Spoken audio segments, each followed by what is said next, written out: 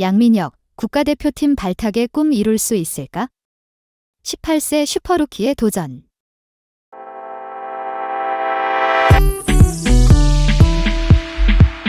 프로축구 K리그에서 주목받으며 빠르게 성장하고 있는 고등학생 슈퍼루키 양민혁, 강원. 이 국가대표팀 발탁의 꿈을 이뤄낼지 관심이 집중되고 있다. 대한축구협회는 오는 26일 오전 11시 2026 피파 북중미 월드컵 아시아 3차 예선 9월 경기를 위한 대표팀 명단을 공개할 예정이다. 이번 명단 발표에서 가장 큰 이슈는 단연 양민혁의 국가대표팀 합류 여부다. 양민혁은 이번 시즌 K리그에서 가장 뜨거운 신예 중 하나로 최근 한국 축구계의 주목을 한몸에 받고 있다. 지난달 28일 양민혁은 토트넘 호스퍼 이적 소식을 발표하며 대표팀 주장 손흥민의 후계자로 기대를 모았다. 2006년생인 양민혁은 현재 강릉 제1고 3학년에 재학 중이며 이번 시즌 준프로 선수로 K리그 1에 처음 데뷔했다. 양민혁은 시즌 목표로 공격 포인트 5개를 세웠으나 리그 27라운드까지 모든 경기에 출전해 8골과 5도움을 기록하며 기대 이상의 성과를 냈다. 이로 인해 강원 구단 내 출전, 득점, 공격 포인트 등에서 최연소 기록을 경신하며 준프로 입단 6개월 만에 프로 계약을 체결하는 기염을 토했다. 특히 지난 7월에는 리그 5경기에서 3골과 1도움을 기록하며 기달의 선수, 영플레이어, 기달의 골 등 개인 타이틀을 싹쓸이하며 주목받았다. 프로 데뷔 첫 시즌에 이달의 선수상을 수상한 것은 양민혁이 최초이며 영플레이어상 역시 4개월 연속 4에서 7월 수상하며 K리그 역사에 이름을 남겼다.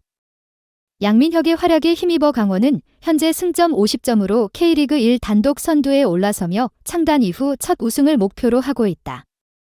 만약 양민혁이 9월 A매치에서 국가대표로 발탁될 경우 발표일 기준으로 그의 나이는 18세 132일이 되어 역대 최연소 국가대표 발탁 기록에서 13위를 차지하게 된다. 이는 손흥민이 2010년에 세운 18세 152일 기록보다 빠른 것이다. 양민혁이 A매치에 출전한다면 토트넘의 선배이자 대표팀 동료인 손흥민과 함께 뛰는 모습을 볼 수 있을지도 모른다. 홍명보 감독 또한 양민혁의 성장을 주목하고 있다. 지난 9일 김천 종합운동장에서 강원과 김천 상무의 경기를 지켜본 홍 감독은 양민혁이 이 경기에서 시즌 5번째 도움을 기록하는 모습을 직접 확인했다. 양민혁은 지난 3월 강원 공식 유튜브 인터뷰에서 축구선수로서의 목표로 제2대표팀 승선을 밝혔다.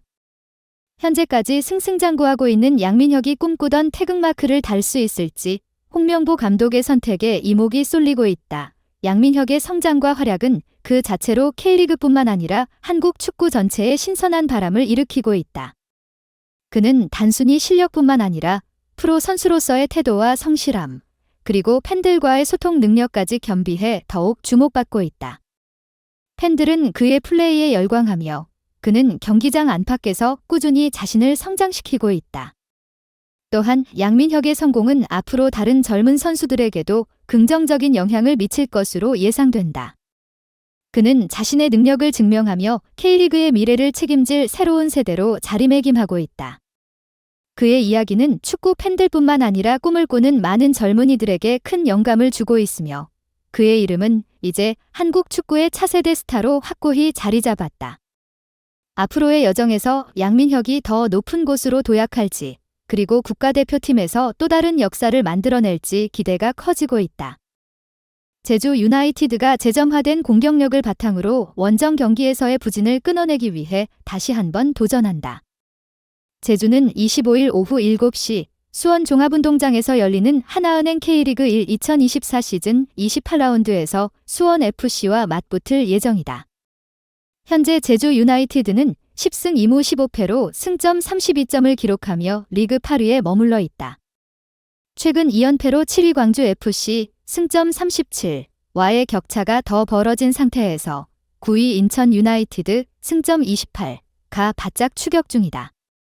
이러한 치열한 순위 경쟁 상황을 고려할 때 이번 경기는 절대로 놓칠 수 없는 중요한 순간이다. 특히 제주는 원정 경기에서의 부진을 끝내야 한다.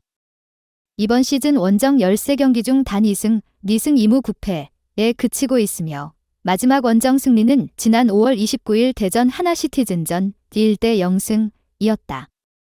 이후 3개월간 원정에서 계속 고전 중이다.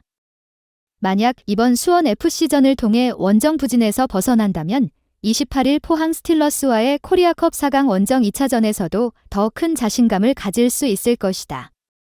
제주는 최근 21일 포항과의 코리아컵 4강 홈 1차전에서 2대2로 비기며 아쉬움을 남겼으나 공격력 면에서는 중요한 성과를 거뒀다. 리그에서 최저 득점 26골에 시달리고 있는 제주가 멀티골을 기록하며 다시 불붙는 모습을 보였다. 특히 김주공의 복고와 함께 그의 부활포가 터진 점이 주목할 만하다. 전반 3분, 유리 조나탄의 패스를 받아 상대 수비를 뚫고 오른발로 포항의 골망을 흔들며 김주공은 부상 복귀 후 첫 득점을 기록했다. 이는 지난해 11월 부상 이후 오랜 재활 끝에 이룬 값진 성과였다. 또한 주황 메시로 불리는 남태희 역시 자신의 실력을 입증했다. 전반 10분 정교한 크로스로 유리의 추가 득점을 어시스트하며 국내 무대에서 첫 공격 포인트를 올렸다. 남태희와 김주공의 활약이 맞물리면서 제주의 공격력은 한층 강화됐다. 여기에 브라질 출신 간판 공격수 유리가 코리아컵에서 2경기 연속 득점을 기록하며 컨디션을 최고조로 끌어올리고 있다. 김학범 감독은 코리아컵 4강 1차전에서 이기지 못한 것은 아쉬웠지만 멀티골을 통해 최근 부진했던 공격 흐름을 되찾을 수 있었다. 김주공은 복구하자마자 득점을 터뜨리며 자신감을 되찾았고 남태희 역시 점차 적응하며 더 좋은 경기력을 보여줄 것이라며 원정에서의 승리를 다짐했다. 이번 경기가 제주의 원정 부진 탈출과 함께 상위권 도약의 중요한 전환점이 될지 주목된다. 이번 수원FC와의 맞대결은 단순한 한 경기가 아니다. 제주는 이번 경기를 통해 원정 경기에서의 부진을 탈출하는 것은 물론 리그 순위 경쟁에서 더 높은 위치로 올라서기 위한 중요한 기로에 서 있다. 김주공의 부활과 남태희의 꾸준한 활약에 더해 유리의 골 감각이 살아난 만큼 제주는 공격진에서 강력한 화력을 보여줄 준비가 되어 있다.